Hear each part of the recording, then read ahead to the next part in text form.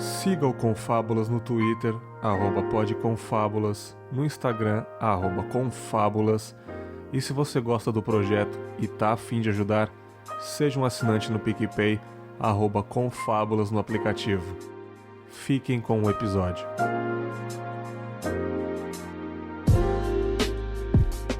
Muito bem, está começando mais um Reflexões aqui no Confábulas. Eu sou o Bergs, hoje conto mais uma vez com a presença do meu parceiro lá do podcast Cinemalista, já gravou aqui também, Vitor Magalhães. Fala, Vitão, beleza, cara? E aí, Bergs, beleza? Boa noite a todo mundo aí. Também mais uma vez para fazer um papo cabeça, fora do cineminha, né? Isso aí, fora do cinema, pra quem não sabe, vou fazer um jabazinho novamente aqui. Eu tenho um segundo podcast com o Vitor aqui, o Cinemalista, começamos aí esse ano, ressuscitei esse podcast, então ouçam lá, um podcast bem mais simples, vamos direto ao assunto, a gente conversa sobre filmes sem edição, sem nada, já sai no dia seguinte que a gente grava, é bem tranquilo, então ouçam lá, Vitor aí, o rei do cinema, manjão de cinema aí, eu só acompanho fingindo que eu sou inteligente, né? Oh, quem dera.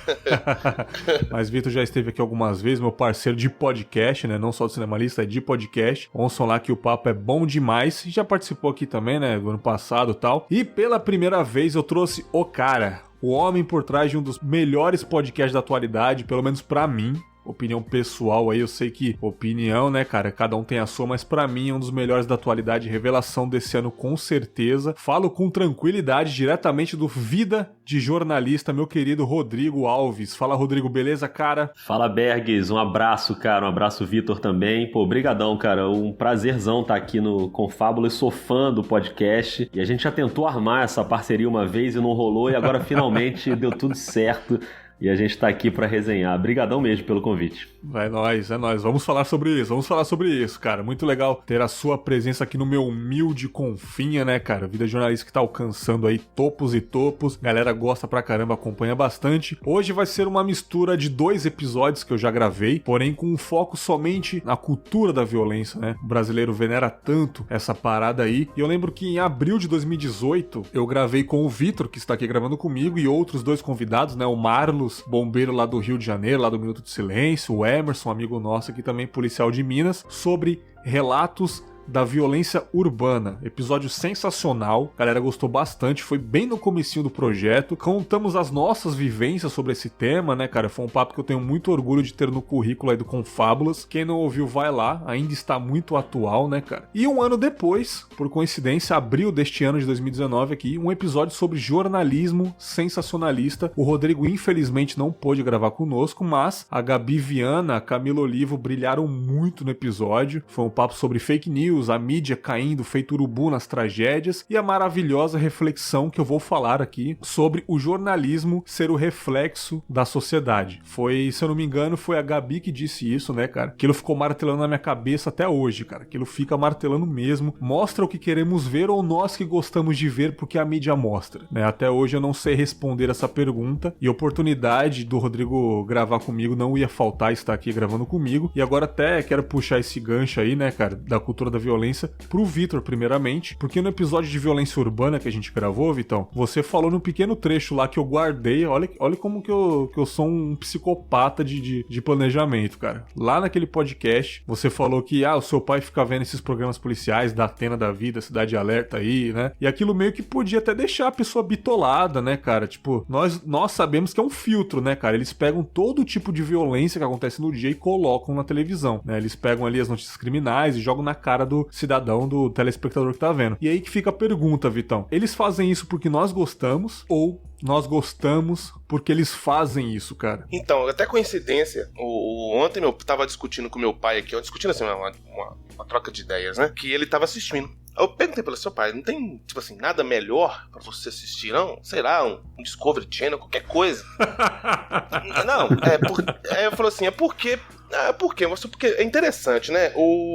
A cidade de São Paulo, que principalmente esses programas são paulistas, né? Não sei se no Rio tem. Não, é assim, tem todas as regiões, entendeu? Mas São Paulo realmente é o que filtra bastante criminalidade, né? Eu falei assim, engraçado, eles não procuram, por exemplo, fazer uma matéria, uma reportagem no hospital falando assim, nossa, acabou de ter uma cirurgia de risco aqui 100% bem sucedida. Ou então um policial salvou uma vida assim assado. Um bombeiro fez um resgate bem sucedido. Não, você não vê isso. Você só vê sequestro, cárcere privado, homicídio, latrocínio. Você só vê crimes ocorrendo em tempo real. Então, assim, isso cria na cabeça, isso na minha concepção, na cabeça de quem tá assistindo, que São Paulo é só desgraça. É só criminalidade, você entende? Meu pai falou assim, eu falei com meu pai, eu pretendo morar em São Paulo um dia. Você tá louco? Lá só tem bandido, lá só tem crime, que não sei porquê. Ele tá assim, tem martelado na cabeça dele o tempo inteiro. Isso, batendo, porque ele só assiste, assiste qualquer outra coisa, sei lá, assiste programa de pescaria, tem um canal aí que é pescaria o dia inteiro. Mas, tipo assim, é muito mais edificante do que você ver isso. Então eu acho, Bex, que é o seguinte, é igual aquela questão da guerra contra as drogas. Assim, enquanto tiver gente pra comprar, vai ter gente pra vender. Sim. Então,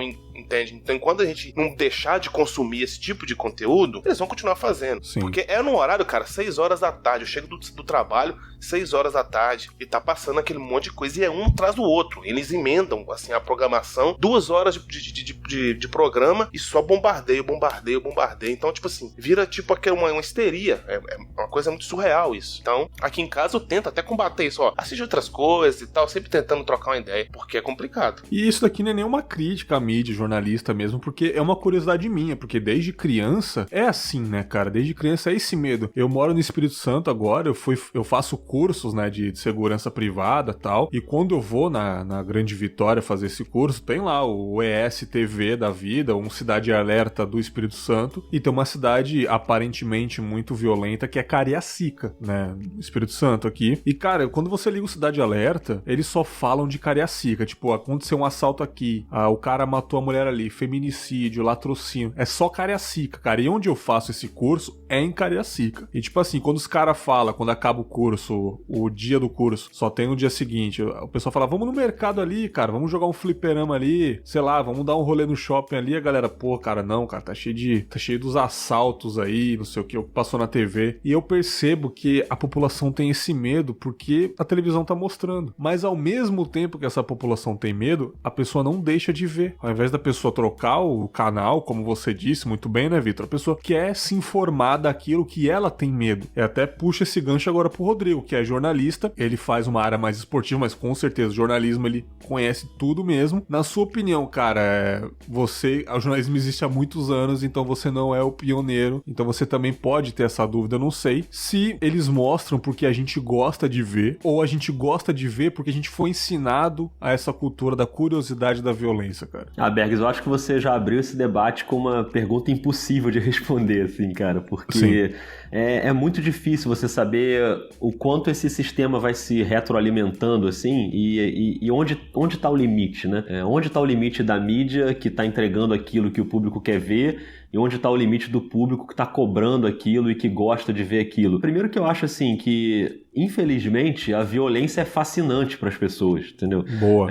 Fascinante no sentido de que não de que você tá gostando daquilo, mas que você fica meio hipnotizado pelo assunto, né? Isso vale para várias áreas do conhecimento humano, né? Não só o jornalismo, mas ficção e cinema e literatura, enfim, games. Tem vários aspectos que a violência tá ali presente, seja como entretenimento, seja como notícia, né? No caso que a gente tá discutindo mais aqui. Então eu tenho pensado muito sobre esse tema ultimamente, até por causa da série do Vida de Jornalista, que tem publicado sobre coberturas passadas, e algumas delas têm muito a ver com isso, né? Esse tema tá muito presente, assim, nos episódios, no sequestro do ônibus 174, o caso Eloá, que a mídia foi muito criticada na época e com razão. Então eu tenho pensado muito nisso, assim, e aí eu fiquei tentando pensar na minha origem nesse aspecto, assim, quando que eu comecei a perceber a violência como uma coisa que me chamava atenção, assim. E aí eu cheguei até, sei lá, quando eu era adolescente, assim, há muito tempo, tem muito tempo mesmo que eu era adolescente, tá?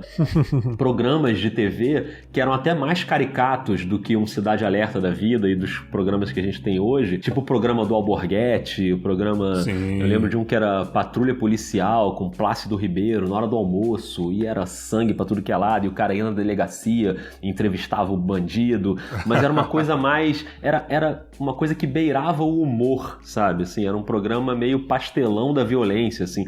E eu lembro que eu e meus amigos, a gente via muito aquilo. A gente ficava ali na hora do almoço vendo aquele negócio e às vezes achava até engraçado. E hoje, vendo, eu acho meio ridículo o fato de eu achar aquilo engraçado, entendeu? Porque, na verdade, é a exploração de uma situação social esgarçada, né? De violência, que a televisão se apropriava daquilo ali pra enfim, para ter audiência, né? Que no fim das contas é o que importa para um canal de televisão. Então acho que essa pergunta é muito difícil de responder. O que eu acho é que realmente é um reflexo da sociedade e as pessoas têm esse fascínio pelo tema da violência. Então quando você tá botando na sua televisão, você passa o canal e você vê uma notícia sobre algo que tá acontecendo ali ao vivo, como teve aqui no Rio de Janeiro agora recentemente, o sequestro do ônibus na ponte Rio-Niterói. Você bota aquilo ali, tem uma tarja ao vivo, o ônibus está sendo sequestrado, vai ser difícil a pessoa trocar de canal ali. Ela vai querer ficar vendo e, pô, o que tá acontecendo? Será que vai, né? É uma espécie de fascínio, assim. Por outro lado, eu acho que isso não pode servir de muleta pro jornalismo. O jornalismo não pode falar assim, então já que a galera quer ver, eu vou encher a minha programação com isso aqui, é isso que eu vou dar. E não é assim também. Acho que cabe aí ao jornalista pensar de uma maneira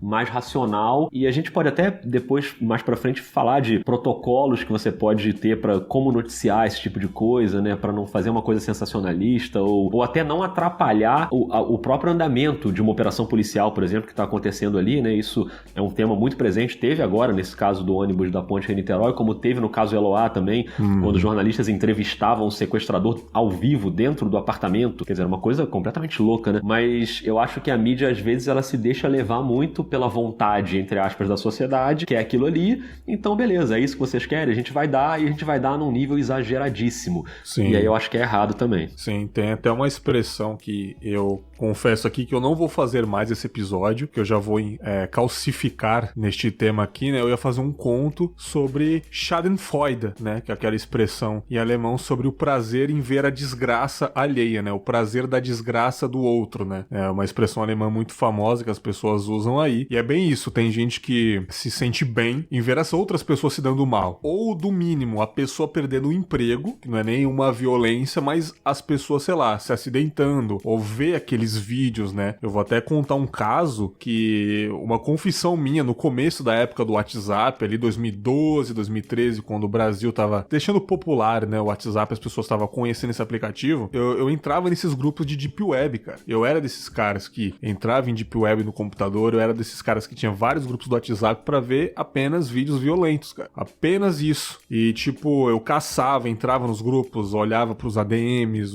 os administradores do grupo me colocarem em outros grupos, e numa época que eu não tava trabalhando, eu tinha acabado de vir pro Espírito Santo, eu só fazia isso, cara. Eu ficava o dia inteiro apenas vendo vídeos, sendo administrador dos grupos, e teve um dia que eu até me questionei, eu falei, cara, por que eu tô fazendo isso? Por que eu tô apreciando isso? Compartilhando isso, consumindo essas violências, esses gores, esses vídeos que não é da ficção, não é de filmes, que isso daí é outra história, é ficção, mas vídeos reais, pessoas sofrendo, pessoas sendo decapitadas lá no Iraque, lá no ISIS e tal. Eu gostava de ver aquilo e um dia eu até perguntei no grupo, cara, por que a gente tá consumindo isso? Ali eu já me questionei, por que a gente tá fazendo isso? Aí eu acho que um cara até falou, cara, porque isso é bom, pelo menos pra mim. Eu percebi, cara, o cara realmente sente prazer em ver isso, né, cara? Eu lembro, cara, que na época que eu era adolescente, assim, e mais uma vez eu vou mostrar aqui como eu sou velho, na época das fitas VHS,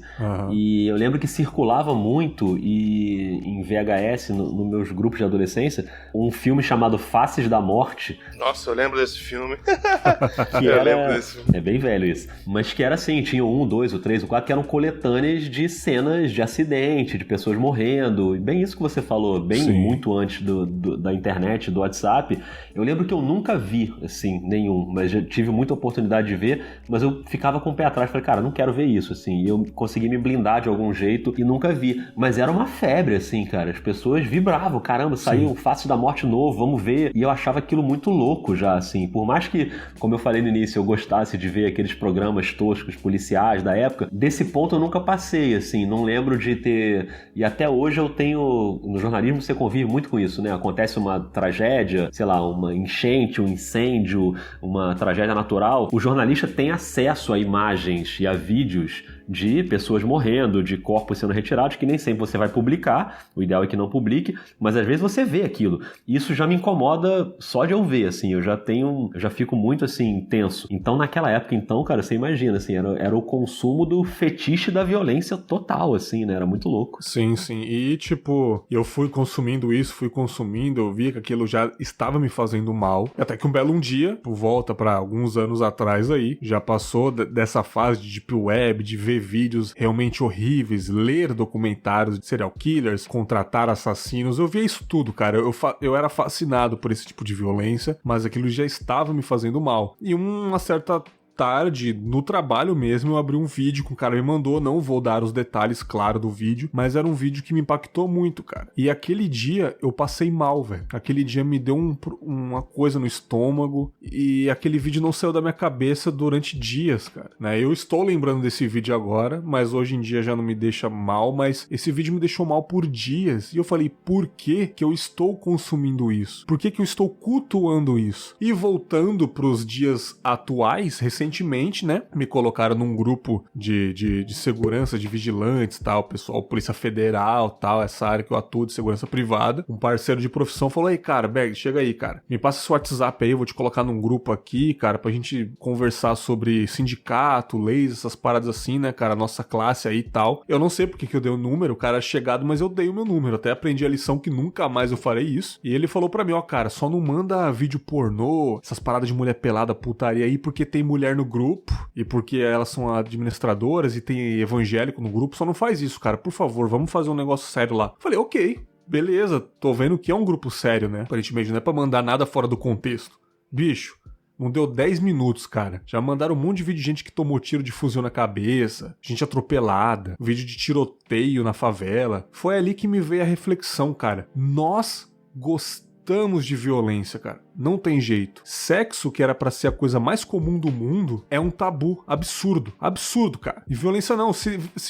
Nego vê dois homens de mão dada na rua, já fica chocado e fala onde já se viu, meus filhos verem isso, não sei o que. Se vê uma galera se amassando de um jeito diferente na rua, nossa, absurdo, faz isso em casa. Mas se tiver um vídeo de um cara, de um bandido, enfim, que a gente não deve confiar na legenda, né? A legenda bota o que quiser. Mas se vê um cara no chão, a polícia em cima, olha, jovem foi assaltar, não sei o que, tomou tiro, bem feito, hahaha, compartilhamento, olha a cabeça desse cara como é que ficou com tiro de fuzil. Nós gostamos de violência, não tem jeito, cara. Ou se você tá na rua e tem um acidente de carro numa estrada, você vê a fila de carro que fica, dá um engarrafamento, porque as pessoas começam a reduzir a velocidade pra ficar olhando e sim, parece que tem uma atração mórbida, né, por aqui. Sim, eu sinto que as pessoas, mesmo não querendo ver o vídeo, não sei, é uma força que puxa, não, eu vou dar um play aqui, eu vou olhar com o olho meio fechado, mas eu tenho que ver esse vídeo, cara. As pessoas gostam, cara. Não é um tabu violência. Eu sei que eu, Vitor, gostamos muito da violência fictícia, eu adoro, né? Inclusive esse John Wick 3 tá, violento pra caramba, mas fora disso eu não consumo mais. Eu queria saber do Vitor se já chegou uma fase da sua vida que você já consumiu isso ou fica só na ficção, cara? Então, só fazendo um parênteses aqui, não é querendo estragar a infância do Rodrigo, não, mas o Face da Morte parece que já foi desmistificado. Acho que 90% daquilo ali é fake. Era mentira, né? Pois é. Era mentira, os caras fizeram aquilo tudo de mentira. E é interessante isso, cara, porque há muito tempo eu trabalhei, eu ia de ônibus, né, pro trabalho, e sempre quando o ônibus dava aquela reduzida, assim, que dava aquele clima de tensão, assim, que era um acidente, cara, é impressionante, o galerão, todo mundo levantava e ia pra janela pra ver o que tá acontecendo. E eu nunca gostei disso. Nunca gostei. Só, velho, tipo assim, já é uma situação trágica, um acidente, às vezes a pessoa morreu, tem pessoa ali, pode estar mutilada, sei lá. A gente tem essa mania esse costume, né, no caso, de ficar, tipo, exponenciando aquilo. Então, sabe, ficar falando aquilo. Então, no WhatsApp mesmo, com as redes sociais hoje, cara, virou uma situação até incontrolável, porque não tem lógica. Você tá, assim, num grupo de PlayStation, igual a gente tem aqui, do nada pipoca um vídeo, senão que você abre, é um cara lá na Arábia, sei lá, cortando a cabeça, outro com um facão. Então, tipo assim, a galera parece que gosta disso. E eu nunca fui de ficar consumindo nesse sentido, no sentido real. Tanto que eu sempre tive aversão. Igual eu comentei no início, eu brigo aqui em casa, ó, não vamos ficar assistindo esses programas não e tal. Na época do Linha Direta, eu tinha até medo daquilo. O programa do Linha Direta, que passava, eu desligava a televisão e ia dormir. Mas o cinema de terror é uma dualidade, mas o cinema de terror me agrada. Mas o cinema de terror que me agrada não é a violência pela violência, é uma violência com reflexão. A gente sempre comenta, né, Bergs, no Cinemalista, que o filme tem que ter ter um fundo reflexivo, às vezes tem uma mensagem maior que o diretor quer passar e que muitas vezes fica despercebido de tanto a sangue, meia violência. Então esses filmes gore, puramente assim, gratuitos, normalmente eu tendo a não gostar, eu tendo a não ter muita atração. Então essa questão do WhatsApp, das redes sociais, potencializa muito isso, porque antigamente a gente não tinha, eu sou da década de 80, a gente não tinha esse acesso à informação na velocidade da luz, praticamente, no estalar de dedos. Então hoje você pisca o olho, o WhatsApp tem 15 mensagens, 10 vídeos de violência. Sim. De pessoas morrendo. Sim. E o problema disso tudo é a banalização que eu vejo, porque uma coisa que era pra ser tratada como excepcional vira regra. Esse que é o problema. Sim. Entendeu?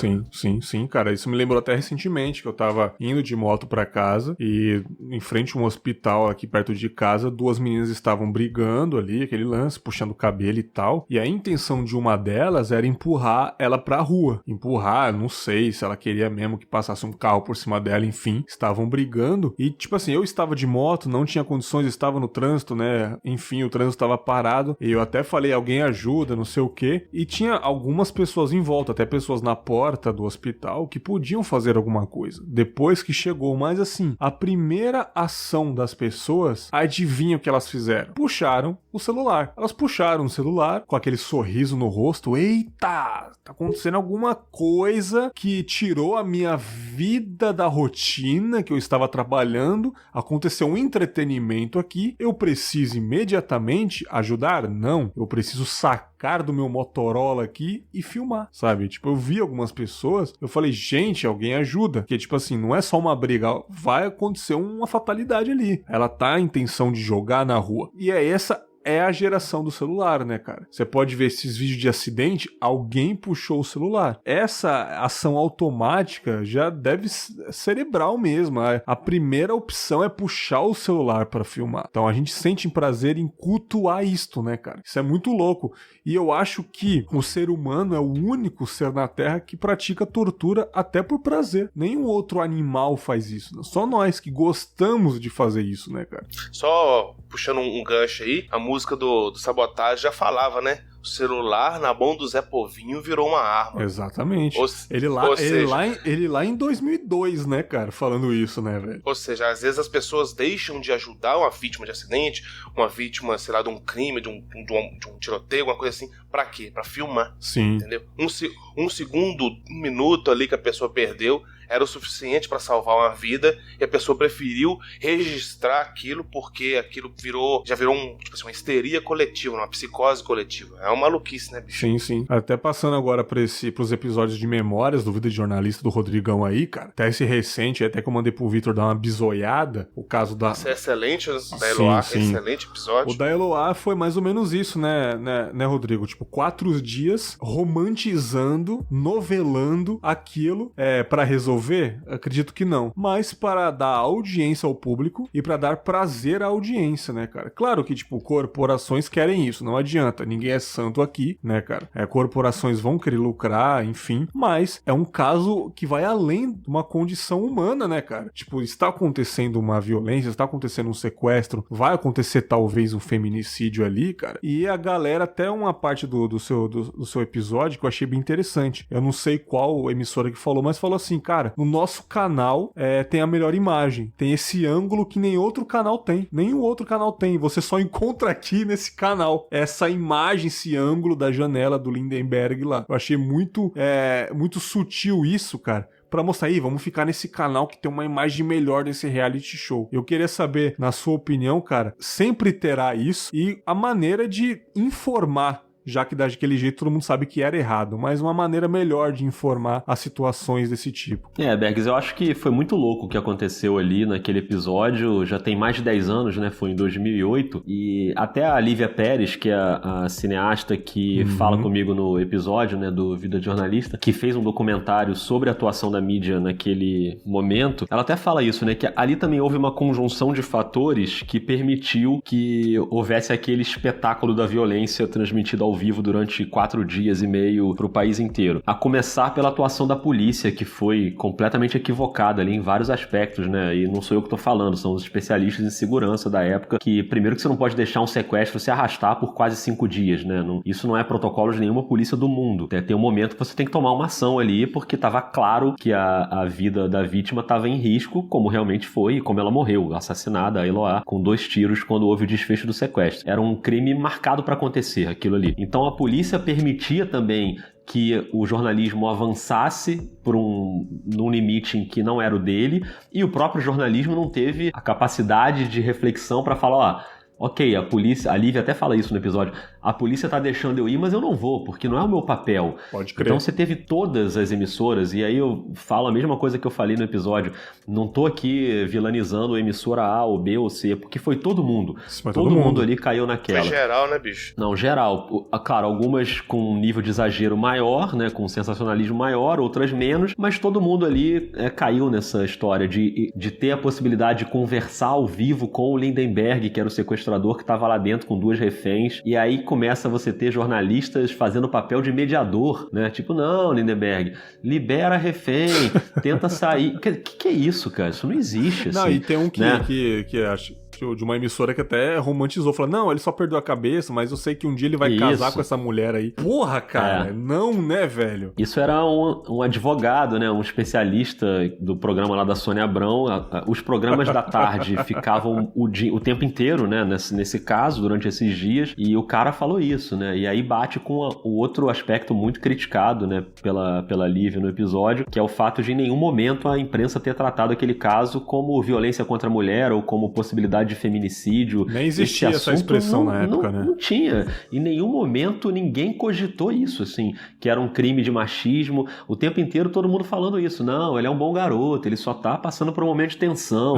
Que bom garoto, cara. O cara sequestrou 2 meninas de 15 anos, sabe? O cara tinha 22 anos, ele não era um adolescente também, entendeu? Ele não era um garoto de 13 anos que não sabia o que estava fazendo. Ele já era um cara adulto e era claramente um crime, como a gente vê até hoje, o tempo inteiro no Brasil. Então isso acontece muito, de crimes de violência contra a mulher. Então o que eu acho que aconteceu ali foi essa conjunção de fatores, e eu quero acreditar, Bergs, que se fosse hoje seria diferente, mas não porque o jornalismo hoje é perfeito, e sim porque eu acho que a reação da sociedade hoje seria maior. Por mais que a gente esteja falando aqui nesse episódio que a sociedade ainda vive esse fetiche da violência e que gosta de se alimentar da violência, eu acho que hoje a gente tem setores da sociedade que não deixariam aquilo acontecer sem uma crítica forte, entendeu? Eu não vejo hoje um crime desse sendo reportado da maneira como foi e não aparecer um grupo de feministas ou de, sei lá, agentes sociais que vai gritar, ó, isso aí não pode ser assim. Isso tem que ser falado, que isso é um crime de violência contra a mulher e tá errado a apresentadora ficar mediando o sequestro direto com o sequestrador e a polícia tá errando. Eu acho que a reação da sociedade seria maior. Eu quero acreditar nisso, mas eu sei que essa evolução só vai acontecendo conforme a imprensa vai vivenciando os casos. É um aprendizado ali, né? Então eu, pelo menos, me conforta acreditar que a gente vai melhorando aos pouquinhos e que hoje a gente já teria uma atuação diferente da mídia. Né? Eu prefiro pensar assim. Queria só fazer um adendo ao comentário do Rodrigo, que realmente o que me chamou mais atenção toda nesse caso da Eloá, né, a gente já fazendo um gancho, é que é o seguinte, realmente, você percebia que eles procuravam sempre dar no agente criminoso qualidades. Aquele trabalhador, que ele é um cara de bem, que não sei mais o que ele tá passando por um momento. É igual você vê na noticiária assim, jovens de classe média são presos com 40 quilos de cocaína. Não, mano. Sim. Traficante, pô. Traficante. O cara tá fazendo tráfico de drogas. É isso. E o mais interessante é que o caso da Eloá foi em 2008. Né? E a Lei Maria da Penha, que é uma lei que ficou icônica e que combate as várias formas de violência contra a mulher, de 2006. Já tinha, né, cara? De 2006, 2 anos antes, entendeu? Então, tipo assim, já deveria ter sido tratado com mais rigor em cima disso. E o mais interessante, foi um relacionamento terminado por ele, e ele mesmo cometeu a violência. Tipo assim, uma coisa completamente descabida, dentro, entre aspas, de uma lógica, né? Porque a lógica normal é a mulher terminar e o marido possessivo, não admitir esse término e fazer o reverso, né? A situação é reversa. O que seria então, igualmente absurdo, né? De qualquer forma, né? Tipo assim, não justifica, absurdo, né? Mas agrava ainda mais, né? Não justifica de nenhuma forma. Mas eu acho interessante isso, como que foi tratado de uma forma completamente unilateral, no sentido de que as atenções ficou voltadas a quem está cometendo o delito de quem está sofrendo o delito. É a clássica vitimização do autor ou culpabilização da vítima, vamos dizer assim, né? Em termos reversos. Sim. Uma coisa muito louca isso. E no documentário que a Lívia dirigiu, que se chama Quem Matou Eloá, que está disponível no YouTube pra quem quiser ver, é um documentário em curta-metragem, tem 20 e poucos minutos, é rápido de ver e eu recomendo muito. Tem uma especialista que eu não lembro quem agora, que fala sobre isso, sobre essa história do garoto de bem, do rapaz que não fazia mal a ninguém, e ela até fala isso. Muitas vezes, isso é assim mesmo. A pessoa que comete um crime desse, às vezes ela não tem nenhum passado de violência, ou era realmente uma pessoa de convívio pacato, e que do nada não, né? Mas pra sociedade, de repente, ela aflora aquilo ali e comete um ato de violência. O fato dessa pessoa não ter um pregresso de crimes ali, não faz com que o ato dela não seja errado e absurdo, entendeu? Então não é porque o cara nunca fez mal pra ninguém que agora ele pode fazer mal pra essas meninas e ok, e vamos passar a mão na cabeça dele, e vamos dizer que ele é um garoto de bem, que, como diz o advogado lá, que vai tudo acabar em pizza e que eles depois vão se casar. Aquilo foi, isso foi bizarro, velho. Eu tive um professor de direito penal que dizia uns comentários assim bem interessantes. Ele falava que a gente tem a mania de qualificar um agente criminoso. Nossa, que monstro! Gente, monstro não comete crime. Quem comete crime é humano, é ser humano. Então a gente tem que tratar ele como o tal. Você não tem que ficar querendo colocar em, tipo, como assim, entidades. Ele quis dizer que colocar a culpa em entidades superiores. Meio que você tá tirando a culpa dele, né? Da atitude dele, né? Exatamente, você tá querendo desviar a punibilidade dele pra uma parada que não tem palpabilidade nenhuma. Você não consegue palpar isso. O cidadão de bem. É igual eu falo aqui em casa, e quem disse que cidadão de bem é pré-requisito de boa índole? Claro que não, mano. Da mesma forma que dentro dos templos religiosos, dentro das igrejas, tem um monte de cara que é criminoso. Só faz assédio, adultera, etc, etc. Então, assim, tem uma coisa que não liga com a outra, entendeu? E esse caso da Eloá foi bem gritante nesse sentido, porque eles desviaram completamente o foco, né, cara? Isso que é muito bizarro. Não deveria ser inadmissível dentro do ordenamento brasileiro, bicho, é foda. E aconteceu recentemente, né, cara, a gente não pode deixar de falar do lance da ponte Rio-Niterói, lá do jovem, né, que sequestrou um ônibus, mas ali, cara, acabou de certa forma rápido, acabou no mesmo dia, né, cara? Só que teve uma galera que até eu conheço que acompanhou muito isso, né, cara? Acompanhou muito isso. Na minha visão, como um cidadão que quer que as coisas se resolvam, essa é a minha opinião. Bergs aqui, não sei a opinião de vocês, resolveu do jeito que infelizmente teve que resolver, entendeu? Eu não fico feliz pelo que aconteceu, é triste do começo ao fim, é isto, ponto. É triste do começo ao fim. Não sabemos a motivação da pessoa que sequestrou o ônibus, enfim, se ela queria mídia, se ela queria holofotes, mas a mesma coisa que aconteceu no caso Eloá, aconteceu com isso daí também. A mídia ali o dia inteiro, você abre o Twitter, que hoje em dia a gente tem esse Twitter, não era tão forte na época da Eloá, né, apesar de existir na época da Eloá, mas ali, ao vivaço. Você coloca nos Trend Topics, estava lá ao vivaço acompanhando, aconteceu isso, aconteceu aquilo, mas a polícia fez o que tinha que fazer. Certo, a polícia estava ou errada? Eu não sei dizer. Infelizmente eu não sou especialista em segurança pública, eu não sei se já estava há muito tempo, se ele fez alguma reação que ele ia fazer alguma coisa, né, mais violenta, mas fez o que fez. O que eu não acho, essa também é mais a minha opinião, a gente tem que ficar pisando em ovos aqui, foi a atitude do governador, sabe? Essa que é uma parada que me pegou. Eu falei, cara, ele não precisava isso, cara. Tipo assim, eu no lugar dele, eu desci do helicóptero, resolveu, beleza, obrigado policial, obrigado aí a galera que, porra, felizmente ninguém sofreu nada, ninguém morreu, ninguém se acidentou, né? A gente teve que abater o cara ali e tal. Mas o lance de comemorar isso, eu confesso que isso também me inspirou a fazer esse episódio. Que ali foi um culto à violência. Tem pessoas que até falam assim, cara, mas ele não comemorou a morte do cara, ele comemorou o ato bem sucedido. Mais uma vez, eu não acredito nisso. Eu acredito que realmente ele é um cara que é pra essa parada de criminalidade, acabar com a criminalidade, bandido tem que morrer mesmo. Mais uma vez, eu não tô falando que eu tô certo em falar isso, mas o fato de comemorar aquela atitude, aquilo me pegou. Eu falei, cara, era preciso? Tanto que depois até a Gabi Viana lá do Vozes, ela até deu um RT sobre uma foto muito icônica da mãe do cara que morreu sendo abraçada por uma das vítimas, cara. Aquilo já mostra que infelizmente aconteceu alguma coisa ruim, sabe? Tipo assim, infelizmente aconteceu isso, vem aqui, senhora, infelizmente seu filho morreu, não sei. Mas as próprias vítimas abraçando a mãe, tipo, cara, aconteceu. Infelizmente foi uma tragédia. Assim como acontece aqui na minha cidade também, sabe? Eu não consigo ficar feliz com isso. Eu não sei a opinião de vocês a respeito. Bergs, eu vou te dar um depoimento, assim, da ótica do que eu tenho visto muito aqui no Rio de Janeiro, né?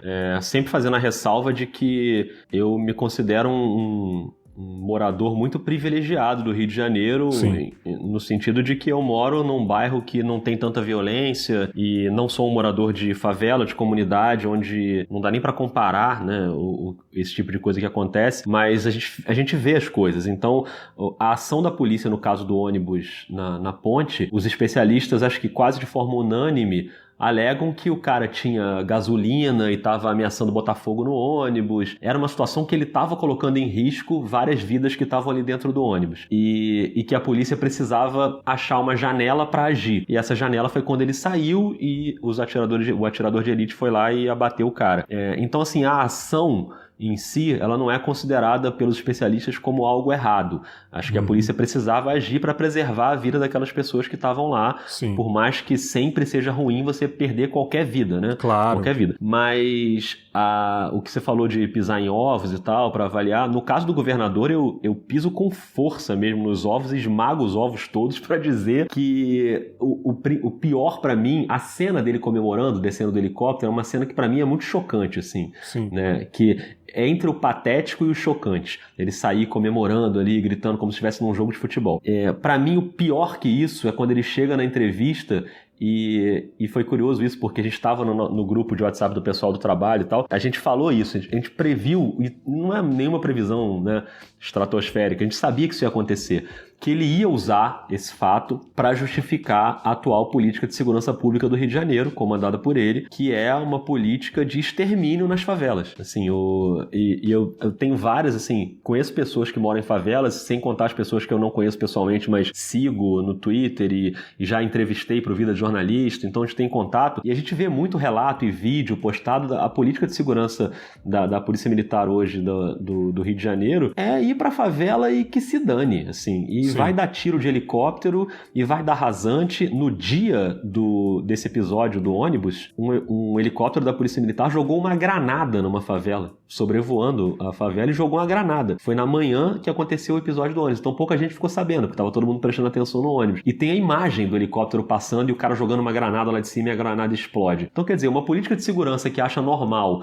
você tá num helicóptero e dar rajada de metralhadora pra baixo numa favela, sem se preocupar se você vai matar o traficante, se você vai matar a mãe do garoto que tá indo pra escola, você vai matar... E realmente aconteceu, num período muito curto de uma semana, mais de 5, 6 pessoas morreram que não tinham nada a ver com tráfico de drogas, ou ainda que tivessem, tá? Eu acho que seria errado. Acho que eu sou contra qualquer política de extermínio, mesmo com o bandido. Mas aconteceu nesse caso de você matar deliberadamente, porque você tá dando tiro pra baixo, você corre o risco de matar. E morreram várias pessoas que não tinham nada a ver com a história. E aí na entrevista dele, ainda na ponte, ele fala isso, né? Ele fala literalmente isso. Ele fala, isso aí é para as pessoas saberem que o que a gente tá fazendo nas favelas é importante fazer e a gente tá certo de fazer. Quer dizer, ele usou aquela ação que não foi errada naquele momento específico para justificar uma política que tem sido muito criticada por defensores de direitos humanos, por especialistas em segurança, que é essa política de extermínio do morador de favela, principalmente o morador negro, que a polícia não tá nem aí. E quando eu digo a polícia, eu não tô falando do policial, que pra mim também é uma vítima, né, que tá ali numa situação de extrema tensão e ganhando mal e com risco de morrer. O que morre de policial no Rio de Janeiro é brincadeira também. Mas eu digo de quem comanda, do governador, do secretário de segurança. Aí é que eu acho que a gente tem que apontar o verdadeiro culpado.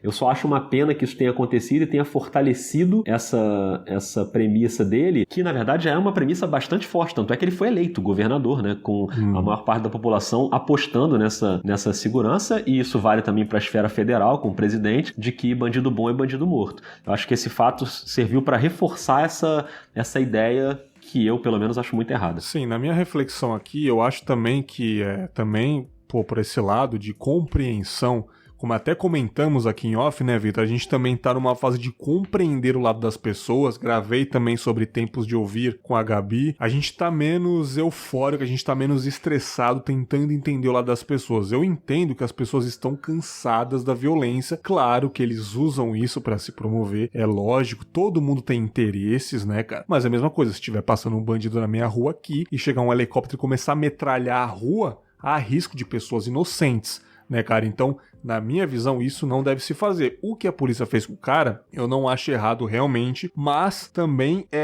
quando uma pessoa é obrigada a fazer isso, eu acho que devia ser tratado como uma falha, né, Vitor? Até você comentou, uma falha inconstitucional. Eu lembro até hoje a gente gravou isso daí. A polícia fez o que deve se fazer, mas comemorar uma falha inconstitucional é outra coisa, né, Vitor? Sim, dando complemento, um viés jurídico ao que o Rodrigo falou, é porque é o seguinte, de uma forma bem rasa, né? Porque é o seguinte, não existe hierarquia entre os direitos fundamentais. Então nós temos o direito da vida e temos o direito da segurança. É unânime todos os ensinamentos jurídicos que não existe hierarquia entre eles. Então um não se sobrepõe ao outro em determinada situação. A atitude da polícia, nesse caso em específico desse sequestro desse ônibus, né, dessa retenção desse ônibus, foi pragmática. Ela igual eu comentei com o Bex, realmente ela fez o que deveria ser feito. Porque o interesse público deveria prevalecer sobre o interesse individual. Sim. Então nós tínhamos ali uma quantidade X de pessoas com a incolumidade física em jogo, com a própria vida em jogo. Então, infelizmente, não deveria ter acontecido o que aconteceu, mas dentre esse choque de interesses, de direitos, prevalece ou deve prevalecer sempre o interesse coletivo. A gente fala que o Brasil é o país do deveria ser. Deveria ser assim, mas não é. Deveria funcionar assim, mas não funciona. Porque o Estado deve ser capaz, deve ser eficiente em garantir esse equilíbrio. Porque você não tem como colocar nem o direito à vida ele sobrepõe a todos. Tanto é que a vida do rapaz foi tirada em detrimento à vida dos outros. Você entende que é uma coisa que não é absoluta? Sim. Uma coisa que, a depender do caso em concreto, ele varia. Então é isso que eu comentei com o Beggs. Isso não deveria ser motivo de comemoração. Mas o governador comemorou a vida. Meu irmão, ele não deveria comemorar nada, porque foi uma falha em conjunto do Estado em manter esse equilíbrio e da sociedade em recepcionar esse rapaz de alguma forma. Sim. A gente nunca vai saber as motivações dele, porque ele infelizmente veio a falecer nessa atitude. Mas e se ele tivesse, por exemplo, ali querendo uma posição melhor na vida? É verdade.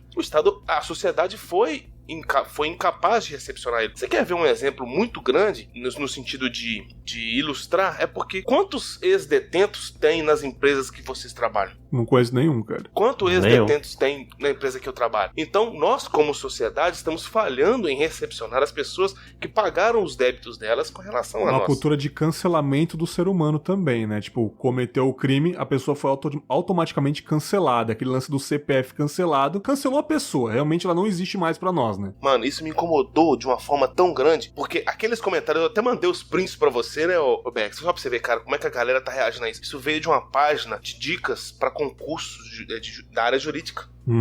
Aquilo me incomodou de um... Aí, tipo assim, a galera não estudou, parece, né? Não estudou direitos fundamentais, as teorias dos direitos fundamentais, direito à civilidade, direito à vida, o direito à saúde, etc. Então é o seguinte, eu acho que esse vangloriamento... Cara, nós matamos um bandido. Infelizmente, um bandido. Quantos tá lá na favela esperando a oportunidade de aparecer? Sim. Aquilo que eu te falei, a teoria da fonte contaminada. Você mata quem tá saindo da fonte, mas a fonte continua provendo os mesmos espécies, as mesmas mentalidades. Não adianta, entendeu? A gente vai ficar comemorando o abate de uma pessoa assim, quanto tempo? Sim.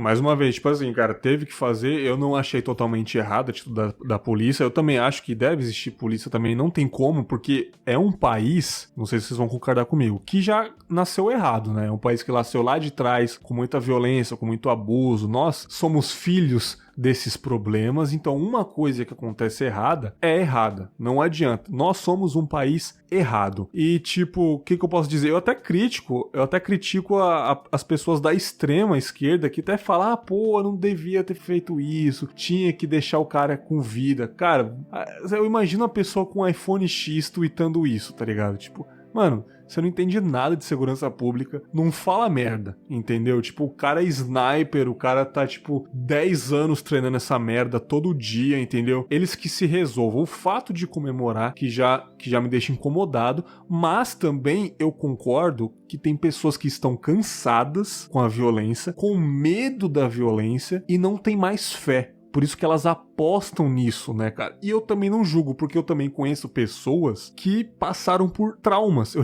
recebi e-mails, cara, recentemente de um cara que foi assaltado não sei quantas vezes e ele tem muito trauma, cara. Ele vê aquele clássico, 2 pessoas numa moto, ele já fica em choque, né? Até eu já olho torto, eu que não tenho medo, eu não sinto esse medo, né, cara? Praticamente só tenho medo de alto mar, é o meu trauma, tubarão, essas paradas que eu já passei por isso. Mas ver 2 caras numa moto, ver bandidagem, essas paradas, eu não tenho medo, realmente eu reajo da maneira mais tranquila. Mas tem pessoas que têm trauma, e como que eu vou julgar esse tipo de gente? Tem pessoas que eu conheço que são a favor de pena de morte, quer que tenha uma pena ainda mais severa para os bandidos, e são pessoas que trabalharam a vida inteira corretamente, não tem noção de que tem problemas de sociedade, tem pessoas que nascem com uma dificuldade de sobreviver na vida, igual essa que teve um privilégio, o Rodrigo até falou, mas eu não tenho essa coragem, até ultimamente, de julgar. Antigamente eu até julgava, cara, você não conhece nada, seu playboy, não sei o que, você não sabe. Hoje em dia eu não consigo julgar, né, cara? A gente até conversou isso em off, né, Vitor, mano? Porque a gente tá um pouco mais tranquilo pra conversar sobre isso, né? Sim, é aquela velha questão. Tipo assim, se você pega fazer um paralelo, o sistema carcerário do Brasil hoje é considerado, se não me falha a memória, o terceiro maior do mundo. O terceiro maior do mundo. E 90% daquelas pessoas que estão ali, nem sempre cumprindo pena, porque a grande maioria é presos provisórios, aguardando sentença. E desses que estão ali presos definitivamente, no caso, são todos, em grande parte, crimes contra o patrimônio. Ou seja, roubo, furto, latrocínio, etc. Crimes que visam obter vantagem patrimonial. Aí eu te pergunto, onde que está a situação do Estado nesse contexto? Porque se a pessoa tá roubando, assim, colocando bem em termos bem rasos, se a pessoa tá roubando para comer, para poder prover para dentro de casa, quem tá falhando nessa história? Sim. Entendeu? E você comentou muito bem. Então o que acontece? A gente tem essa ideia primária de que a pessoa, a partir do momento que ela cometeu um crime, ela deixou de ser um ser humano e passou a ser um animal. Que pode matar, que pode torturar, que pode fazer o que for. Entendeu? É isso que é o grande cerne da coisa. E ao mesmo tempo essa dualogia, essa dialética é tão incoerente que quando a Comissão de Direitos Humanos entra para proteger o mínimo de dignidade daquelas pessoas, fala que é direito dos humanos. Ah, não, direitos humanos só serve pra proteger bandido. Ah, pô, você acabou de falar que bandido não tem direito nenhum? Como é que você fala que agora que é direito pra bandido? Entende? Sim. Como é que é uma coisa incoerente? E eu acho, Bergs e Vitor, que tem 2 coisas aí. Isso que você falou da pessoa que passou pelo trauma e que tá cansada e que não aguenta mais viver essa situação, eu tento entender isso aí, um desespero, como uma né, reação. Rodrigo? Exatamente. Como uma reação. Então acho que tem 2 coisas. Tem essa pessoa que adota esse discurso, você tá defendendo bandido porque nunca agrediram sua mãe na rua num assalto, ou porque nunca sequestraram a sua irmã, entendeu? E eu entendo esse discurso. O discurso de quem passa pelo trauma e quem vive uma situação e adota uma resposta desesperada, é claro que eu entendo isso com empatia. Isso é uma coisa. E tem a outra coisa, que é uma elite que quer defender a sua posição. Eu não quero que esse cara venha roubar minha bolsa quando eu tô na rua. E é normal, ninguém quer. Então eu quero que ele morra. Sim. Entendeu? Porque eu quero que essa pessoa não exista. Eu não quero que a gente tenha um sistema de sociedade que seja justo para todo mundo. Eu não quero que esse cara tenha uma oportunidade de trabalho. Eu quero só que ele não exista no meu mundo. Pô, você falou perfeitamente, cara. É isso aí. Né? Eu não quero essa pessoa perto de mim. Eu moro no meu lugar aqui e se tem entrando alguém aqui, eu não quero. Então, assim, tem isso. E aí você tem situações como vocês falaram agora, e aí a gente tem um exemplo claro e clássico do que já aconteceu no Brasil. Você pegar um garoto que cresceu numa favela e cresceu com condições muito ruins, até nutricionais, vamos dizer assim, de desenvolvimento, e viu a mãe dele ser assassinada na frente dele quando ele tinha 9 anos, e essa mãe sumiu da vida dele, porque foi assassinada, e ele já não tinha pai, porque tinha abandonado, e ele é meio criado aqui e ali, e vira morador de rua, e se vicia em drogas, e começa a roubar para comprar droga, e aí ele tá um dia na Candelária, que era um refúgio para menores de rua, e tem uma chacina na Candelária, e que ele sobrevive a essa chacina, e a partir da sobrevivência a essa chacina ele continuou completamente perdido, se vicia em crack, e tudo isso, até esse ponto, é invisível para a sociedade. Ninguém viu isso. Sim. Ninguém viu esse garoto na favela, ninguém viu a mãe dele sendo assassinada, ninguém viu ele se viciando em crack. Quando é que a sociedade viu? Quando ele entrou num ônibus no Jardim Botânico, num ato de desespero, ele estava totalmente drogado e sequestrou pessoas, que foi o sequestro do ônibus 174, que é o Sandro, né, que eu tô falando dele. O Sandro se transformou muito, né, até no filme, né, a Última Parada 174 mostra a transformação até do ator, né, tipo, ele bem, como falar, assustado, criança, tal... E depois ele virando um bicho, né? Desesperado. Exatamente. Porque, tipo, ninguém vai me dar oportunidade, cara. Eu não sou ninguém, eu nunca tive estudo. É isso, exatamente isso, cara. E quando acontece isso, e aí há aquele desfecho trágico de ele morrer e a refém morrer e uma ação policial completamente desastrada...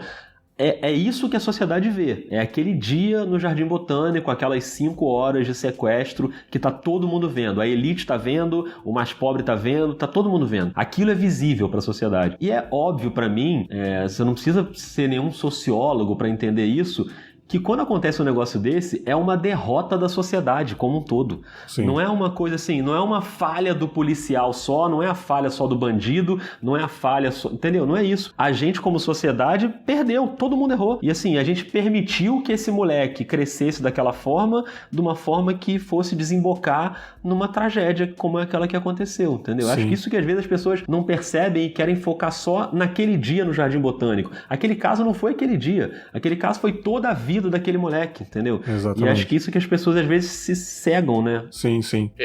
A gente é muito fã de rap, né, o Bergs? Só um pouquinho, né, ouve muito. Só um pouquinho. Então tem em várias passagens das músicas do Facção Central, da banda Facção Central, eles sempre enfatizam isso. Sempre enfatizam o que o Rodrigo falou. Eu só sou um problema pra sociedade quando eu pego um revólver, vou pra rua e meto um crime. Isso aí. Porque até ali ninguém me enxerga. Eu sou um ser invisível. Eu só sou um problema quando eu causo um problema. Entendeu? É isso que é muito foda. E o documentário do Padilha, do ônibus 174, foi muito feliz em abordar isso. Porque ele demonstra a trajetória toda daquele rapaz até aquele momento. Sim. Tipo, a pessoa não tem, assim, salvo casos de patologia, vamos dizer assim, a pessoa não tem uma epifania de acordar 5 horas da manhã, meter um revólver no bolso e falar assim, não, vou meter o louco aqui. Sim. Não acontece assim, pelo menos via de regra. Sim. E no caso dele, do ônibus 174, nem era a intenção dele sequestrar o ônibus. Ele só entrou no ônibus com o revólver, ele tava tentando trocar o revólver por droga, não conseguiu, entrou com o revólver e sentou. Só que o revólver tava à mostra, um passageiro viu e chamou uma viatura. E aí ele, no pânico ali, ele, né, iniciou aquela ação de sequestro. Ele não entrou no ônibus falando, vou sequestrar um ônibus. O que ele queria ali era se livrar daquele momento ali. Sim. E aí acontece tudo aquilo. Entendeu? E diferentemente de pessoas extremistas, mais uma vez, que são tão extremistas, esquerda extremista, que é contra a polícia, eu já acho errado, porque eu acho que tem que ter. Sabe, porque eu sou um cara que eu escuto a Jovem Pan. Né? Pode até pessoas estarem chocadas comigo aí. É uma rádio que realmente volta pro lado da direita. Essa é a opinião que eu tenho diferente, cara. Ela não apoia a direita. Ela só tá aproveitando da audiência.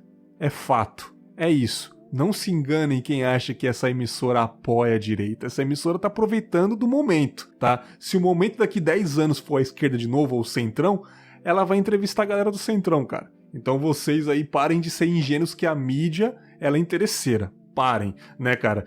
E até no dia dessa gravação, eu tava ouvindo a entrevista do Major Olímpio, né? E de mais um que eu não me lembro o nome, que era ex-policial da Rota lá, enfim. Ele falou um negócio muito interessante, cara. Ele falou que quantas vezes ele recebeu processo, né, cara, de famílias de bandido, que ele teve que fazer o ato de abater o bandido lá por latrocínio, por sequestro e tal, e ele teve que fazer empréstimo do Banco do Brasil pra pagar isso, né, cara? Ele indignado, cara, eu tô no meu trabalho, cara, eu tenho que fazer isso, cara, né, é absurdo. Ele também, o policial também é vítima do sistema, cara. O policial também é vítima, cara. Tipo, o sistema tá errado de não dar a oportunidade. Claro que existe bandidos e pessoas más desde sempre, mas na sua maioria é um problema de falha de sociedade. E o policial tem que fazer aquilo, não é porque ele gosta, ele também é um peão do sistema, ele também é um peão daquele cara que tá mandando ele fazer. Porque se ele não fazer e o bandido acabar matando ele, acabar matando as pessoas, ele vai tomar essa bronca pra ele que vai tomar esse esporro no quartel. Ele também é uma vítima, cara. Todo mundo é a vítima. E as pessoas gostam de acompanhar isso. Quando, tipo, da Atena tá televisionando aquela fuga, naquela época quando eu assistia, né, quando eu era mais moleque, o helicóptero, o comandante Hamilton, sei lá, algum comandante aí. O comandante Hamilton é do Marcelo Brasil Urgente, sei lá, nunca sei o nome. Ele tá televisionando aquela fuga, né, cara? O bandido entrando nas favelas e a polícia ali, é o público vendo aquilo, cara. E não vem achando que a polícia, a heroína, cara, a polícia também é vítima daquilo, cara. A polícia vai acabar morrendo de um tiro também e a família da polícia também vai chorar.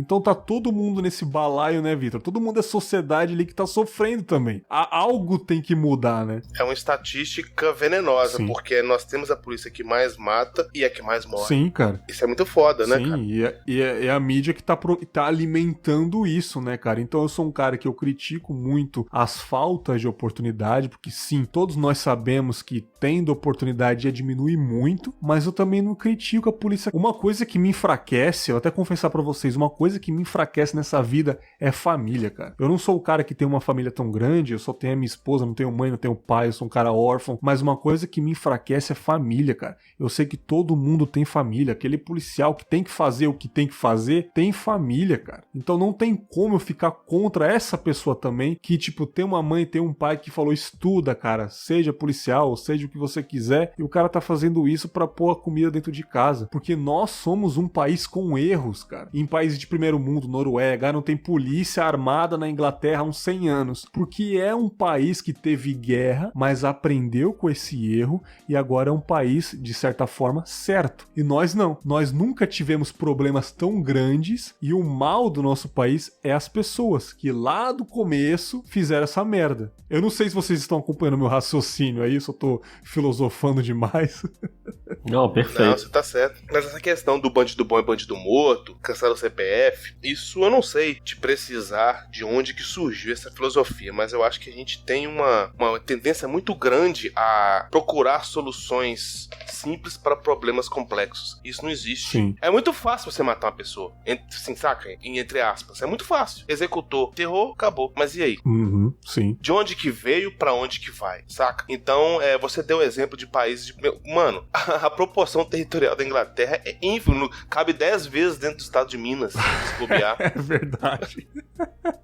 Como você controla isso? O sistema jurídico deles é completamente diferente. Não tem como você fazer uma analogia, tipo assim, seca. Eu acho que, assim, a gente taxa várias coisas. Por exemplo, hoje em dia é proibido fazer propaganda de cigarros na televisão. Uhum.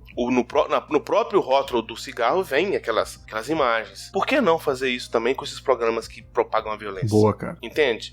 Eu acho que deveria o Estado intervir nisso. Sim, sim. Porque isso é uma forma que induz a pessoa a um tipo de consumo tão nocivo quanto um cigarro, uma bebida alcoólica, uma droga, que é o consumo da violência. Sim. A pessoa passa a levar aquilo como uma normalidade, Sim. como deveria ser excepcional. Isso no meu entendimento. Esse caso aí que você citou, eu acho que leva a gente para um debate, que é o debate da regulação dos meios de comunicação, que a Lívia até cita no episódio do caso Eloá também, do Vida, e que é uma coisa muito diferente de censura, né? Uma coisa é você querer impedir que jornais ou TVs ou sites publiquem matérias e tal. Outra coisa é você criar mecanismos que possam regular a atuação da mídia, né? E evitar exageros e evitar coisas irresponsáveis e tal. E isso tem que ser feito de uma maneira que não possa depender do governo, o governo atual, o governo que está naquele momento. Porque aí você fica à mercê de correntes políticas. Vai ter, às vezes, um governo mais de direita, mais linha dura, às vezes um governo mais de esquerda. Então, é complicado, assim, porque, por exemplo, nos governos que a gente tem hoje, e eu tô citando o meu governo local aqui do Rio de Janeiro e o governo federal, jamais haveria qualquer ação contra programas que estimulam a violência, porque são governos que estimulam a violência também. Então não pode... E usaram isso para ser eleitos. Exatamente. Foram eleitos, passagem, assim, né? Com legitimidade da população. Não é que eles foram eleitos porque eles deram um golpe, né, e foram... A população hoje do Brasil, de maneira geral, em boa parte dela, apoia esse tipo de pensamento. Então, o que tem que acontecer é um debate maior para que se crie protocolo de atuação da imprensa em casos como esse, porque, por exemplo, no caso lá do ônibus da ponte, muita gente falou: mas a mídia não podia ficar mostrando aquilo ali. No caso Eloá, a mesma coisa, porque no caso Eloá tinha um aparelho de TV dentro do apartamento que o sequestrador ficava vendo a cobertura da imprensa. Então ele sabia tudo. Quantos atiradores tinham ali perto, onde é que estava posicionada a polícia, o que tinha de aparato do lado de fora, como a negociação estava andando. O cara estava vendo isso ao vivo o dia inteiro dentro do apartamento. E no caso do ônibus da ponte também, acho que era pelo celular, o cara estava vendo a cobertura da TV dentro do ônibus. Então o bandido, entre aspas ali, entre aspas não, o bandido, o criminoso que no fim das contas tomou o sequestro. Não, ele é um criminoso, né? A gente não pode, igual eu falei, a gente não pode colocar o cara como um monstro. Isso. Eu retirei realmente, é um criminoso. Ele estava vendo como a polícia estava agindo naquele momento. E o debate ali era: será que a imprensa deveria ficar cobrindo ostensivamente enquanto está rolando aquela ação? Ou deveria se afastar e esperar a conclusão daquilo e depois reportar? Da maneira como a imprensa está colocada hoje, é impossível a imprensa não noticiar ao vivo uma ação daquela. Porque não vai acontecer de uma emissora falar: gente, vamos recuar aqui, e porque a gente precisa deixar a polícia agir. Porque as empresas de comunicação, mais uma vez vou falar uma coisa que o Berg já falou aqui, ninguém pode ser ingênuo a ponto de não saber que uma empresa de comunicação vive da sua audiência, vive de lucro, vive de ganhar dinheiro, com publicidade, e o dinheiro com a publicidade... E vocês precisam disso, né? Inclusive você, né, Rodrigo? Exatamente, todo mundo que trabalha com isso tem seus salários pagos via publicidade, e a publicidade só existe porque tem uma audiência. Se não tiver audiência, não tem publicidade e a engrenagem não funciona. Só te interrompendo rapidinho, uma coisa que o Major Olímpio falou que eu concordo. Olha que desgraça, eu tenho que falar isso, cara.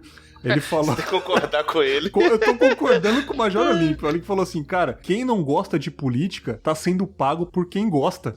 Não adianta, cara. Você tá no meio, cara. Não adianta. Não, então o que eu acho que tem que haver não é assim, a gente cobrar a consciência social de uma empresa de televisão, dela não mostrar um sequestro que está acontecendo na ponte Rio-Niterói, é utopia demais. Isso não vai acontecer. O que tem que acontecer é uma regulação dos protocolos de como a mídia deve agir no momento desse. E aí, como isso é feito, tem vários tipos de debate. Se vai incluir a Associação Brasileira de Imprensa, se vai incluir um órgão governamental que vai ajudar a regulamentar isso, se você vai criar conselhos juntando representantes de vários veículos do Brasil, para que quando acontecer isso, todo mundo já saiba: não pode mostrar. Sim, não pode. Sim. Você tem que recuar e tem que esperar a polícia agir, mas aí assim, todo mundo junto. Porque senão, cara, eu vou sair, mas a minha emissora concorrente vai mostrar e vai todo mundo pro canal dele, e ninguém vai ver o meu. Você não pode deixar essa situação à mercê de uma briga de audiência, entendeu? Como é hoje. Você tem que ter um protocolo claro ali de como agir. E hoje você já tem manuais de jornalismo que ajudam nesse sentido, mas ainda é uma coisa muito pueril, assim, não dá pra você cobrar, entendeu? Então por isso que eu sou a favor de se discutir mais a maneira como a imprensa age, e não assim: caramba, teve um sequestro na ponte, e agora? O que a gente faz? Vamos lá cobrir. O impulso é esse. Vamos mandar a equipe pra lá, vamos mandar nosso helicóptero pra lá e vamos cobrir isso aí. É o que acontece. E não assim: aconteceu um sequestro na ponte. O que diz o nosso protocolo sobre como a gente deve agir? Não existe esse protocolo. Entendeu? Não tem. Isso não tá em discussão nas redações. Verdade. Acho que esse é o problema. Se tivesse, a gente poderia ter uma mídia mais madura, que numa hora dessa todo mundo já saberia.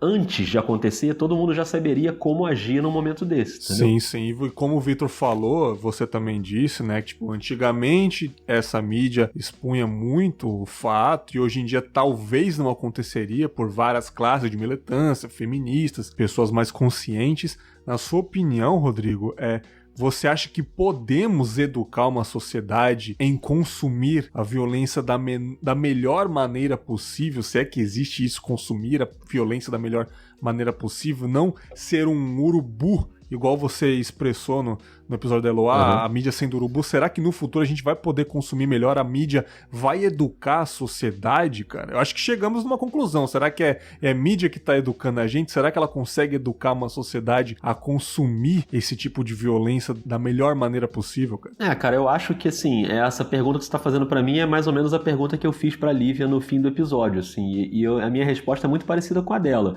Ela disse que tem esperança de que a gente possa caminhar pra isso, mas é uma caminhada lenta, funciona e que não pode, como eu falei agora, depender de iniciativas individuais do canal A, do canal B, do jornal A, do jornal B. Porque assim você vai continuar até expondo os meios de comunicação à própria guerra de audiência deles. Então acho que tem que ser uma coisa pensada pela sociedade em geral, que crie mecanismos para que haja uma consciência. Porque se você deixar aberto, a gente fala assim, a mídia, a imprensa, mas não existe a mídia, a imprensa. A mídia é um conjunto de vários veículos diferentes, de posições diferentes, de atitudes diferentes. Não dá para você botar tudo no mesmo saco e chamar aquilo de a mídia.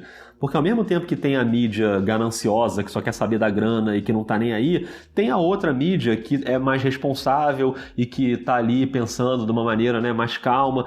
Então, assim, não dá pra você pensar na mídia como se ela fosse um grande robozão que vai tomar a decisão e que vai valer pra todos os canais e pra todos os jornais. Pra isso acontecer, você tem que criar mecanismos e criar protocolos e cada vez mais trabalhar nisso. Eu acho que a gente já tem iniciativas que são legais, de gente que tá pensando nisso, mas eu acho que isso passa também pela regulação dos meios de comunicação, que é um assunto super difícil, super polêmico, porque o limite desse assunto com a censura é tênue, então se você não prestar muita atenção, você descamba para a censura e você abre, por exemplo, para um governo que seja mais simpático à censura, usar isso como uma maneira de censurar o que ele acha que não é bom para ele, o tipo de notícia que não é bom para o governo.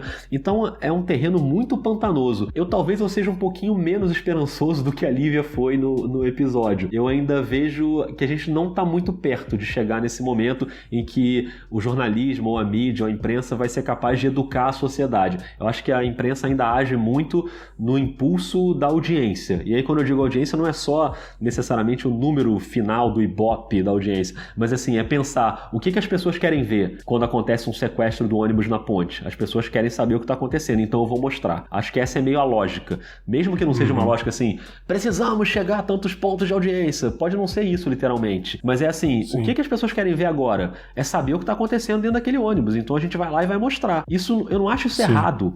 Entendeu? Mas eu acho que se fosse uma coisa pensada junto por todos, a gente podia criar protocolos que sejam menos nocivos e que às vezes até atrapalham a ação ou da polícia ou do que está acontecendo ali, entendeu? Eu tenho esperança, mas eu acho que é um caminho lento. Eu acho que de 2008, do caso Eloá para cá, a gente avançou. Então isso me dá esperança da gente saber que a própria sociedade vai criando mecanismos de fiscalização, de pressão, de cobrança, e eu não acho que isso vai partir só da própria mídia. Isso vai partir de cobrança da sociedade. E o fato, por exemplo, da gente estar aqui agora conversando sobre isso, eu acho que é um passo, entendeu? E as pessoas têm discutido esse assunto. Eu acho super saudável as pessoas conversarem sobre isso. Mas é um caminho lento que eu espero que a gente consiga percorrer no futuro. Sim, sim. E também tem o caso de boatos, né? Tipo, tal pessoa fez isso, que infelizmente aconteceu. Eu até gravei um storytelling lá pro Errocast, né? De bruxas e tal. E ele citou um caso recente de 2014 da moça lá no Guarujá, né? Que ela foi confundida com aparentemente uma bruxa. Ela foi espancada no meio da população porque houve boatos. Ela era bruxa, tal. Ela tava com um livro de bruxaria na mão e era apenas uma Bíblia sagrada, né, cara? Ela foi confundida com uma pessoa aparentemente bruxa e a Record fez uma puta reportagem ali com ela, mostrando as cenas na TV aberta, que tem a reportagem no link do Errocast, eu vou deixar pra vocês o link aí, tem a reportagem inteirinha, eles só deram um blur na cara da mulher, mas mostrou a galera passando a bicicleta por cima da cabeça dela, jogando pedra na cabeça dela, que eu fiquei super chocado com aquilo, falei, caramba, isso mostrou num Domingo Espetacular, não acredito que mostrou isso, né, cara? E é a questão do boato, as pessoas, é aquele lance de manada, né? Uma pessoa fala que aconteceu tal coisa, a outra, será? E foi isso mesmo, e chega no bairro do lado, tá todo mundo matando essa pessoa, e depois a polícia entrevistou o cara, infelizmente, doutor, aconteceu aí. E já era, aconteceu, sabe? Não, e hoje os boatos, eles não precisam nem mais da mídia para serem propagados, né? Não precisa ter uma informação falsa numa TV ou num jornal, não precisa ter esse endosso da imprensa. Hoje o WhatsApp consegue fazer isso, né? Sim. Quer dizer, as pessoas conseguem fazer isso via WhatsApp, WhatsApp. O poder do WhatsApp hoje é um negócio assustador. Agora, recentemente teve o caso mais inofensivo do que o assassinato de alguém, mas igualmente ruim, que foi o caso do boato que foi espalhado de que havia oferta de emprego num determinado lugar e milhares, em Niterói, aqui no Rio de Janeiro, e milhares de pessoas foram pra lá e formaram uma fila, e era mentira, não tinha oferta de emprego nenhuma. Olha que loucura. Então, quer dizer, é inacreditável, assim, o poder que tem uma corrente de mensagens que sai sendo distribuída em grupos e o negócio acontece. Hoje o WhatsApp consegue, por exemplo, influenciar numa eleição, influenciar em campanha de vacina, porque começa a ter uma corrente dizendo que vacina faz mal e as pessoas não vão se vacinar e os filhos morrem. É um negócio louco, assim, né? A gente tá num momento que essa história de que todo mundo, entre aspas, é jornalista e consegue produzir conteúdo, nesse sentido todo mundo é jornalista. Com o celular na mão você produz conteúdo, seja gravando um vídeo na rua, seja mandando uma mensagem por WhatsApp. Isso é uma essência de jornalismo, é você passar a informação para alguém. E hoje todo mundo consegue fazer isso de uma maneira assustadora, assim. Sim, mas em resumo de tudo, cara, sim, as pessoas gostam muito de violência, as pessoas cultuam isso, eu espero que seja menos, fique só, né, Vitor, na cultura pop, fique só na ficção, né, cara? Eu conheço também pessoas que gostam de falar sobre violência mesmo achando uma tragédia, tipo, você viu, Bergs? Nossa, o que aconteceu com o neném que foi jogado não sei aonde, a menina que foi estuprada não sei onde, nossa, lamentável. Mas por que você tá falando pra mim, sabe? Tipo, a pessoa não dá nem bom dia e já fala de uma tragédia que viu num jornal não sei da onde. As pessoas, mesmo achando uma tragédia, gostam de falar, assim como um primeiro assunto do dia, ao invés de falar, pô, tá frio hoje, tá quente, não, você viu o que aconteceu ontem? As pessoas estão com isso na cabeça, né, cara? A mídia realmente tem uma boa parte disso e espero que um dia a mídia eduque de uma maneira mais fácil e, mais uma vez aqui, entendo quem quer uma maneira mais eficaz de resolver problemas, que é com a violência, infelizmente, matando em já era. Eu entendo quem passam por traumas, quem tem medo dos filhos, acontecer alguma coisa com o filho, eu entendo também. E mais uma vez eu digo, todo mundo é vítima de um sistema que já nasceu errado, sendo polícia ou sendo ladrão. Tem que mudar isso pela raiz. Bom, que papo, hein, cara? Papo maravilhoso. Gostei muito de trocar essa ideia com vocês. E antes de encerrar, quando eu gravei sobre relatos da violência urbana com o Vitor, a nossa mentalidade estava muito diferente, né, Vitor, cara? Eu reouvi recentemente esse episódio, até para me inspirar a gravar. A gente tava muito eufórico, cara. A gente tava muito esquerdalha naquele episódio, né, cara? A gente tava falando, não pode! E hoje eu senti que a gente tá, não, peraí, cara, vamos pensar um pouco mais amplo, né, cara? É muito foda isso, como vão passando os tempos, a gente consegue entender a situação, né, Vitor? É aquilo que a gente tava conversando em off, né, Bags? A gente não pode ter bloqueios em mudar de opinião. Eu acho que a gente falou que mudar de opinião é uma coisa muito normal, deve ser tratada como uma demonstração de maturidade. Então, assim, a gente estudando, a gente procurando se informar, a gente lendo, a gente principalmente vivenciando, vendo as coisas acontecerem, a gente vai mudando muito a forma da gente pensar. Sim. Inclusive, eu concordo bastante com o Rodrigo em vários quesitos, principalmente com a relação à atuação da mídia, né? Aquela questão de ser... porque é muito difícil, é uma linha muito tênue entre a normatização e a censura, porque aí, tomando já por um viés mais jurídico, a liberdade de imprensa também é garantia constitucional. Entendeu? Então, assim, é muito difícil. A gente precisa dela também, né, Vitor? Não, porque um exemplo clássico agora é essa do Intercept. Tipo assim, a galera tá botando os caras tipo assim, na fogueira, jogando, tipo assim, fazendo caça às bruxas mesmo, quando deveria ser o contrário. Hoje as pessoas repassam as informações no WhatsApp sem saber o que tá passando. Esse negócio da carteira de motorista, todo ano pinga no seu WhatsApp. Cara, uma coisa, eu falei assim, bicho, você tá mandando uma coisa aí que sempre teve no Código de Trânsito Brasileiro, desde quando eles foi promulgado. Enfim, então assim, a gente não pode ser muito imediatista também, entendeu? A gente tem que procurar analisar a situação sempre pelo viés do fundamento, do fundamentalista no bom sentido, de procurar qual que é a origem daquele problema pra gente poder procurar resolver. Porque não adianta, é igual o mito da Hidra na mitologia grega, você corta a cabeça, nasce duas, sim, não adianta. Sim, tem que cortar o mal pela raiz. Assim, né? a gente executar um rapaz que infelizmente veio a cometer um crime numa ponte hoje, um cara, sim, bicho. Sabe? Aquele que a gente falou no começo. É uma pessoa. E no que isso vai resolver na nossa vida? Sim. E qual que é, assim, a ponderação de interesse desse rapaz que fez essa infelicidade de um político que tá roubando milhões?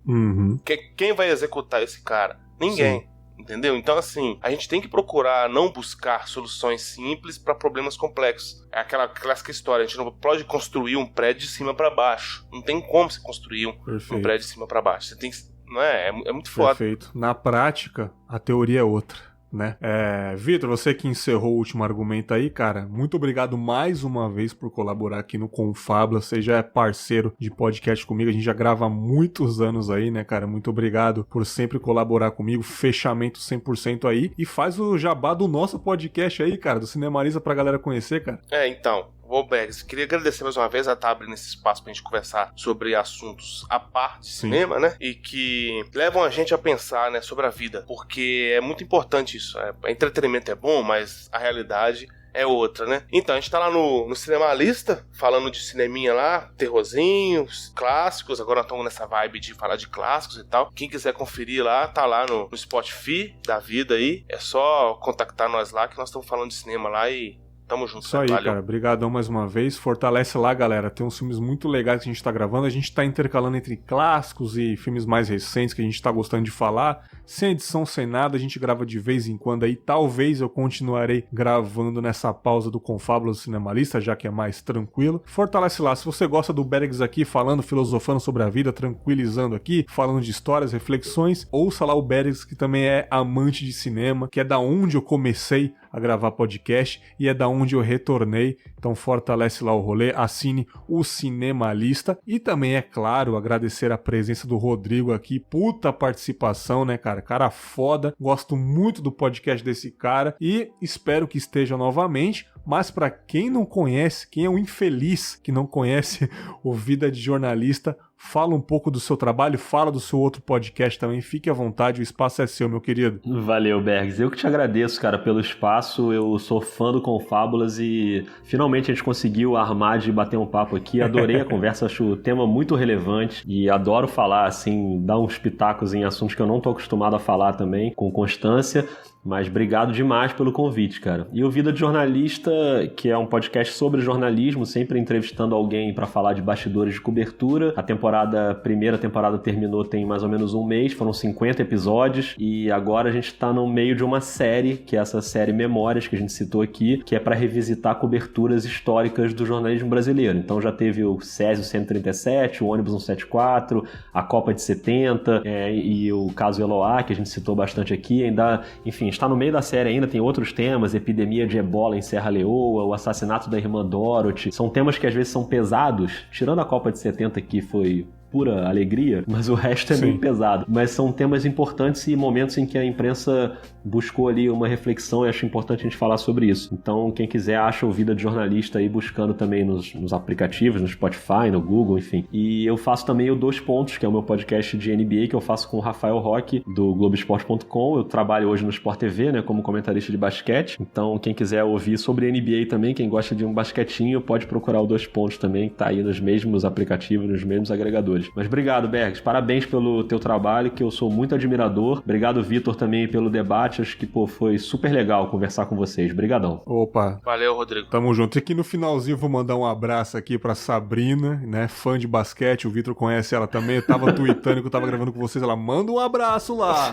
Tá bom. Eu tá falei um abraço com ela aqui, antes Sabrina. de entrar na gravação. Eu falei, Sabrina, eu vou gravar com o Bergs daqui a pouco. Ela, manda um abraço pra mim. Falei, pra quem não sabe, a Sabrina já esteve aqui algumas vezes, mas ela teve a melhor história até hoje, que no show do Rebelde, nossa, que ela fingiu que o pai dela morreu e pra ela ganhar a emancipação ir pra Argentina assistir o show do RBD. Menina louca do cacete, mas fica um abraço aí, Sabrina, gente boa demais. E você, ouvinte, concorda com o que a gente falou? Acho que você não vai concordar com tudo, é lógico, né? Eu tenho ouvintes de vários pensamentos aí, mas manda um e-mail achando aí, falando da sua experiência sobre violência, se você gosta de consumir, se você odeia esse excesso da mídia em romantizar a violência. Espero muito que você dê um feedback como sempre e ficamos por aqui. Até a próxima semana com mais um episódio de histórias, contos, o que vier na minha cabeça.